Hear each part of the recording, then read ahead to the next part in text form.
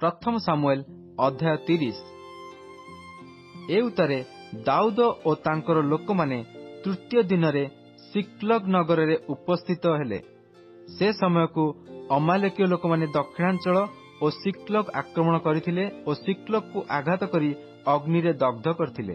ପୁଣି ତନ୍ମଧ୍ୟସ୍ଥିତ ସ୍ତ୍ରୀମାନଙ୍କୁ ଓ ସାନ ବଡ଼ ସମସ୍ତଙ୍କୁ ବନ୍ଦୀ କରି ନେଇଯାଇଥିଲେ। ସେମାନେ କାହାକୁ ବଧ ନ କରି ସମସ୍ତଙ୍କୁ ନେଇ ଆପଣା ପଥରେ ଚାଲି ଯାଇଥିଲେ। ପୁଣି ଦାଉଦ ଓ ତାଙ୍କର ଲୋକମାନେ ନଗରରେ ଉପସ୍ଥିତ ହୁଅନ୍ତେ, ଦେଖ, ନଗର ଅଗ୍ନିରେ ଦଗ୍ଧ ଓ ସେମାନଙ୍କ ଭାର୍ଯ୍ୟା, ପୁତ୍ର ଓ କନ୍ୟାଗଣ ବନ୍ଦୀ ରୂପେ ନୀତ ହୋଇଅଛନ୍ତି। ତେଣୁ ଦାଉଦ ଓ ତାଙ୍କର ସଙ୍ଗୀ ଲୋକମାନେ ଆପଣା ଆପଣା ରବ ଉଠାଇ ରୋଦନ କଲେ। ଏପରିକି ଆଉ ରୋଦନ କରିବାକୁ ସେମାନଙ୍କଠାରେ କିଛି ବଳ ରହିଲା ନାହିଁ। ପୁଣି ଜିସ୍ରିଏଲିଆ, ଅହିନୋମ ଓ କର୍ମିଲିୟ ନାବଲର ଭାର୍ଯ୍ୟା ଅବିଗଲ ନାମ୍ନୀ ଦାଉଦଙ୍କର ଦୁଇ ଭାର୍ଯ୍ୟା ବନ୍ଦୀ ହୋଇଥିଲେ। ଏଥିରେ ଦାଉଦ ଅତିଶୟ ଉଦ୍ବିଗ୍ନ ହେଲେ, କାରଣ ପ୍ରତ୍ୟେକ ଲୋକର ମନ ଆପଣା ଆପଣା ପୁତ୍ର କନ୍ୟା ସକାଶୁ ବିରକ୍ତ ହେବାରୁ ଲୋକମାନେ ତାଙ୍କୁ ପଥରରେ ମାରିବାକୁ କହିଲେ। ମାତ୍ର ଦାଉଦ ସଦାପ୍ରଭୁ ଆପଣା ପରମେଶ୍ୱରଙ୍କଠାରେ ଆପଣାକୁ ସବଳ କଲେ। ଏ ଉତ୍ତାରେ ଦାଉଦ ଅହିମେଲେକର ପୁତ୍ର ଅବିଆଥର ଯାଜକକୁ କହିଲେ, ମୋ କତିକି ଟିକିଏ ଏଫଦ ଆଣିଲ। ତହିଁରେ ଅବିଆଥର ଦାଉଦଙ୍କ ନିକଟକୁ ଏଫଦ ଆଣିଲା। ସେତେବେଳେ ଦାଉଦ ସଦାପ୍ରଭୁଙ୍କ ନିକଟରେ ପଚାରି କହିଲେ, ମୁଁ ଏହି ସୈନ୍ୟ ଦଳର ପଛେ ପଛେ ଗୋଡ଼ାଇଲେ କି ସେମାନଙ୍କର ସଙ୍ଗ ଧରିପାରିବି? ତହିଁରେ ସେ ତାଙ୍କୁ କହିଲେ, ପଛେ ପଛେ ଯାଅ, କାରଣ ତୁମ୍ଭେ ନିଶ୍ଚୟ ସେମାନଙ୍କର ସଙ୍ଗ ଧରିବ ଓ ବିଫଳ ନୋହି ସମସ୍ତଙ୍କୁ ଉଦ୍ଧାର କରିବ। ତେଣୁ ଦାଉଦ ଓ ତାଙ୍କର ସଙ୍ଗୀ 600 ଲୋକ ଯାଇ ବିଶ୍ୱର ନଦୀ ନିକଟରେ ଉପସ୍ଥିତ ହେଲେ। ସେଠାରେ ପଶ୍ଚାତ୍ ପରିତ୍ୟକ୍ତ ଲୋକମାନେ ରହିଗଲେ।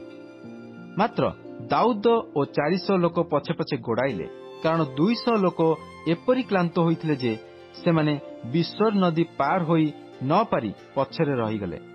ଏ ଉତ୍ତାରେ ଲୋକମାନେ କ୍ଷେତ୍ରରେ ଜଣେ ମିଶ୍ରକୁ ପାଇ ଦାଉଦଙ୍କ ନିକଟକୁ ଆଣିଲେ ଓ ତାହାକୁ ଆହାର ଦିଅନ୍ତେ ସେ ଭୋଜନ କଲା। ମଧ୍ୟ ସେମାନେ ପାନ କରିବା ପାଇଁ ତାହାକୁ ଜଳ ଦେଲେ। ପୁଣି ସେମାନେ ତାହାକୁ ଡିମ୍ବୁରି ଚକ୍ତିରୁ 1 ଖଣ୍ଡ ଓ 2 ପେଣ୍ଡା ଦ୍ରାକ୍ଷା ଦେଲେ। ଆଉ ସେ ଭୋଜନ କରନ୍ତେ ଚେତନା ପାଇଲା, କାରଣ ସେ 3 ଦିନ 3 ରାତ୍ରି କିଛି ଆହାର କରିନଥିଲା କି କିଛି ଜଳପାନ କରିନଥିଲା। ଏଥିରେ ଦାଉଦ ତାହାକୁ ପଚାରିଲେ, ତୁମ୍ଭେ କାହାର ଲୋକ ଓ ତୁମ୍ଭେ କେଉଁଠାରୁ ଆସିଅଛ? ତେଣୁ ସେ କହିଲା, ମୁଁ ଜଣେ ମିଶ୍ରୀୟ ଯୁବା ଓ ଏକ ଅମାଲେକୀୟ ଲୋକର ଦାସ। ପୁଣି 3 ଦିନ ହେଲା ମୁଁ ପୀଡ଼ିତ ହେବାରୁ ମୋହର ମୁନିବ ମୋତେ ଛାଡ଼ି ଚାଲିଗଲା। ଆମ୍ଭେମାନେ କରେଥିୟମାନଙ୍କ ଦକ୍ଷିଣାଞ୍ଚଳ ଆକ୍ରମଣ କଲୁ ଓ ଆମ୍ଭେମାନେ ସିକ୍ଲଗକୁ ଅଗ୍ନିରେ ଓ ଜିହୁଦାର ଅଧିକାର ଓ କାଲେବର ଦକ୍ଷିଣାଞ୍ଚଳ ଦଗ୍ଧ କଲୁ। ତହିଁରେ ଦାଉଦ ତାହାକୁ କହିଲେ, ତୁମ୍ଭେ କଣ ଆମ୍ଭକୁ ସେହି ସୈନ୍ୟ ଦଳ ନିକଟକୁ ନେଇଯିବ? ତେଣୁ ସେ କହିଲା, ତୁମ୍ଭେ ଯେ ମୋତେ ବଦ୍ଧ କରିବ ନାହିଁ ଅବା ମୋହର ମୁନିବ ହସ୍ତରେ ମୋତେ ସମର୍ପଣ କରିବ ନାହିଁ, ଏହା ପରମେଶ୍ୱରଙ୍କ ନାମରେ ଶପଥ କର, ତେବେ ମୁଁ ସେହି ସୈନ୍ୟ ଦଳ ନିକଟକୁ ତୁମ୍ଭକୁ ନେଇଯିବି। ଏ ଉତ୍ତାରେ ସେ ତାଙ୍କୁ ନେଇଯାନ୍ତେ, ଦେଖ, ପଲେଷ୍ଟିଆମାନଙ୍କର ଓ ଜିହୁଦାର ଦେଶରୁ ପ୍ରଚୁର ଲୁଟ୍ ଦ୍ରବ୍ୟ ଆଣିଥିବାରୁ ସେମାନେ ଭୂମିଯାକ ବ୍ୟାପୀ ଭୋଜନପାନ ଓ ଉତ୍ସବ କରୁଅଛନ୍ତି। ଏହେତୁ ଦାଉଦ ଗୋଧୂଳି ସମୟାବଧି ପରଦିନ ସନ୍ଧ୍ୟା ପର୍ଯ୍ୟନ୍ତ ସେମାନଙ୍କୁ ଆଘାତ କଲେ। ଆଉ ଯେଉଁ 400 ଯୁବା ଲୋକ ଓଟ ଚଢ଼ି ପଳାଇଲେ, ସେମାନଙ୍କ ଛଡ଼ା ସେହି ଲୋକମାନଙ୍କ ମଧ୍ୟରୁ ଜଣେ ଅବଶିଷ୍ଟ ରହିଲା ନାହିଁ। ପୁଣି ଅମାଲେକୀୟମାନେ ଯାହା କିଛି ନେଇଯାଇଥିଲେ ଦାଉଦ ସେ ସମସ୍ତ ଉଦ୍ଧାର କଲେ। ମଧ୍ୟ ଦାଉଦ ଆପଣାର 2 ଭାର୍ଯ୍ୟାଙ୍କୁ ମୁକ୍ତ କଲେ।